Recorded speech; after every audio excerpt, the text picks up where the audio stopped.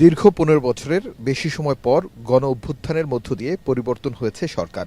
বৈষম্য বিরোধী ছাত্র আন্দোলনের নেতৃত্বে দেশের মানুষ রাস্তায় নেমে পালাতে বাধ্য করেছে শেখ হাসিনাকে। সেদিন শিক্ষার্থীরাই জাতির শিক্ষক হয়ে পথ দেখিয়েছিলেন নতুন বাংলাদেশের। এবার ৩৬ জুলাইয়ের আন্দোলনের নেতৃত্ব দেওয়া শিক্ষার্থীরা আনুষ্ঠানিকভাবে রাজনৈতিক দল করার ঘোষণা দিয়েছে। ২৬ ফেব্রুয়ারির নতুন রাজনৈতিক দল ঘোষণার ঠিক আগ মুহূর্তে অবসরপ্রাপ্ত সেনা কর্মকর্তাদের সাথে মতবিনিময় করেন নাগরিক কমিটির নেতারা।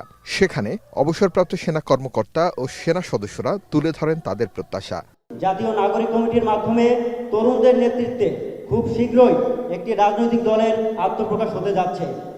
উক্ত রাজনৈতিক দলকে আমরা প্রাক্তন সামরিক বাহিনীর সদস্যগণ সমর্থন করছি। নাগরিক কমিটির জন্য আমাদের একটি শক্তিশালী প্ল্যাটফর্ম হিসাবে কাজ করবে, যেখানে আমরা ন্যায় বিচার, সুশাসন প্রতিষ্ঠা এবং মানবাধিকার নিশ্চিত করতে পারব বলে মনে করছি। পরে কথা বলেন নাগরিক কমিটির মুখ্য সংগঠক সার্জিস আলম। তিনি বলেন, নতুন দলে পরিবারতন্ত্র থাকবে না। আমরা যে রাজনৈতিক দলটি করতে যাচ্ছি এখানে কোনো পরিবারতন্ত্র থাকবে না। বাপ নেতা হলে ছেলে নেতা হবে, এই ট্র্যাডিশন আর থাকবে না।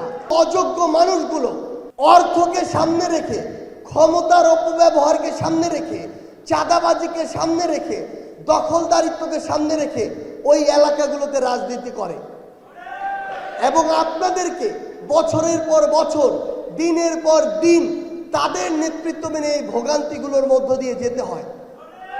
কিন্তু এখন সময় এসেছে, আর ঘরে বসে থাকার আর সময় নাই।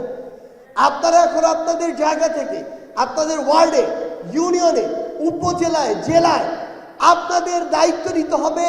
বিশ্ববিদ্যালয়ের ক্যাম্পাসগুলোতে অস্ত্রের মহড়া বাড়ছে এমন অভিযোগ করে নাসির উদ্দিন পাটোয়ারি বলেন, ছাত্র সংগঠনগুলো ধীরে না চললে পরিণতি হবে ছাত্রলীগের মতোই।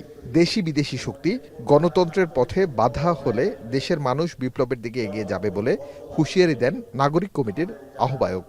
বাংলাদেশের ভিতরে এবং বাহিরে যেসব শক্তি বাংলাদেশকে অকার্যকর করার জন্য এখনো পায়তারা করে চলে যাচ্ছে, সেই ক্ষেত্রে বর্তমানে আমরা এই মাসের মধ্যে একটি দল ঘোষণা করব যারা পলিটিক্যাল এঙ্গেজমেন্টে রয়েছেন। তাদের মধ্য দিয়ে আমরা ডেমোক্রেটিক প্রসেসে যাত্রা শুরু করব। কারণ আমরা মনে করি যারা 2000 শহীদ হয়েছিল, আহত হয়েছিল, এখনো হসপিটালে কাতরাচ্ছে, আমরা আর কোনো রক্তপাত বা লাশ বাংলাদেশে চাই না। নতুন রাজনৈতিক দল দেশ ও জনগণের স্বার্থে কাজ করবে এমন আশা প্রকাশ করে বক্তারা পাড়া মহল্লায় নতুন রাজনৈতিক দলের জন্য গণসংযোগ শুরুর আহ্বান জানান।